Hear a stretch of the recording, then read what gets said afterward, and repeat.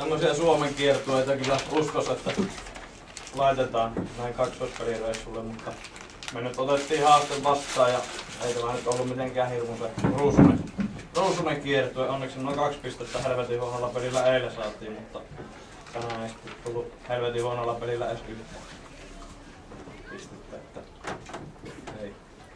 ei hääppöstä meidän toimintaa, mutta oli täällä muutkin huoneet. Kyllä näkyy. Ensimmäinen jakso oli vähän niihkeempi sinänsä. Yksi juoksu siellä riitti sinänsä.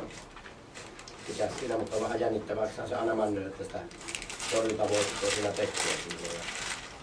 Ulkopeli oli kyllä kokonaisuudessaan hyvä liikkeelle ja todella hyviä suorituksia. Että kun katsoo näitä kärkilyöntien määrää tässä, niin tää on aika tasainen niin kuin sen mukaan, että kyllä niin kuin Turku-tilannetta pystyy siellä veivaamaan välillä ihan laadukkaasti.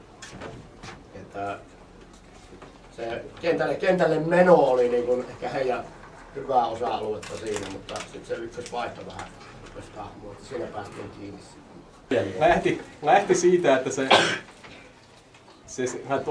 toisella alueen niin löi sinne taakse ja sitä mietittiin sitä lyynnin laillisuutta ja laittomaksi se takarajatuomari sen totesi sitten harkinnan jälkeen vihellettiin laittomaksi. Sen jälkeen syyttötuomari ei osannut laskea 3 ja sanoi tuonne sisäjoukkueelle, että on 2 jäljellä. Jonka jälkeen sisäjoukkueet totta kai pelaa sen mukaan mitä on sanottu. Mikä meillä sen jälkeen ole sitten muuta mahdollista kuin ottaa tilanne takaisin ja pelata siihen tilanteeseen, että on se 1 jäljellä ja se 1-2 tilanne, mistä kaikki nähtiin.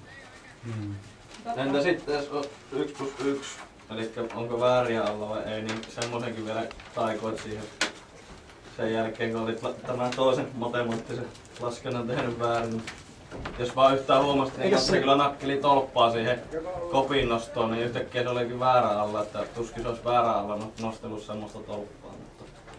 Eikös sinä ole? Mulla oli nimittäin sormin laikan päällä, pidän siinä. Onko se sitten jäänyt se edelleen sitä lyöstä? Kyllä siinä